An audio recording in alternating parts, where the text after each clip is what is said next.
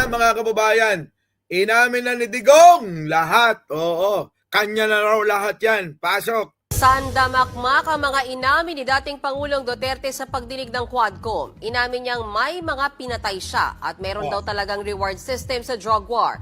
Nagbabalik si O bakit kita nyo mga kababayan kung paano kayo lokohin nitong si Digong? Noon, ayaw niyang aminin na walang ganon. Noong marami na tayong mga pinakita at lumabas sa social media na mga video na pag-amin niya. Kita nyo, sa pagdinig diyan sa Quadcom, inamin niya lahat yun.